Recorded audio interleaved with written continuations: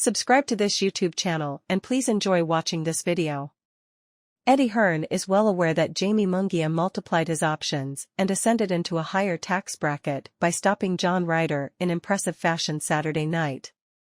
Hearn considers Canelo Alvarez and David Benavidez realistic potential opponents for Munguia now that he has this type of win against a legitimate super middleweight contender on his record.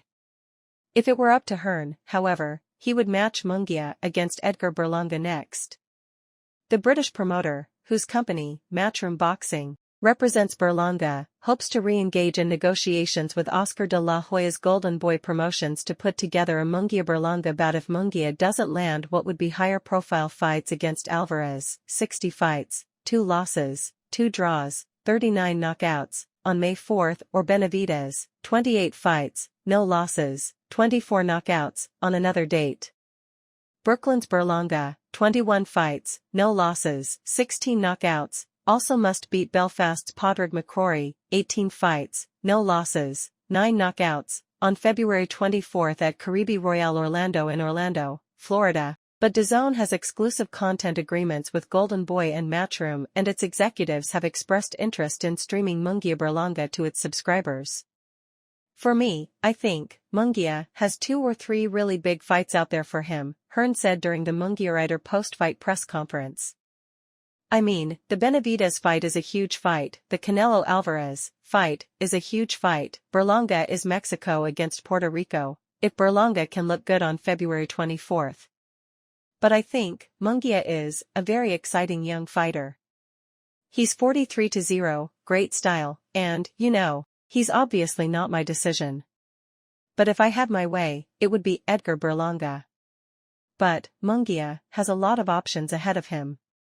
Regardless of who he fights next, Hearn definitely has a higher opinion of Tijuana's Munguia, 43 fights, no losses, 34 knockouts, than before he dropped London's Ryder, 32 fights, 7 losses, 18 knockouts, 4 times, and beat the longtime contender by 9th-round technical knockout in their DAZN main event at Footprint Center in Phoenix. Hearn previously questioned Munguia's resume because the former WBO junior middleweight champion was matched carefully after he moved up from the 154-pound division to the middleweight limit of 160 pounds and later the super middleweight maximum of 168 pounds.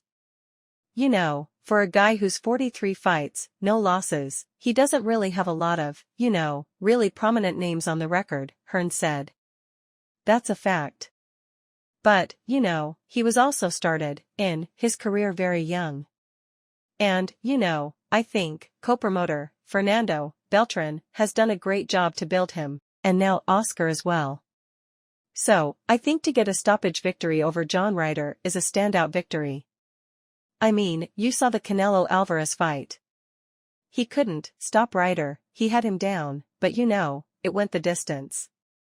So, I think the reason that Oscar and Golden Boy picked John Ryder was in the hope that they could stop him and do something that Canelo Alvarez couldn't. So, I think that was definitely the biggest and most impressive win of his career so far. Let us know what you think about the entire thing, in the comments section below. Additionally, stay tuned and subscribe to this YouTube channel for the latest news and updates from around the world. We sign out.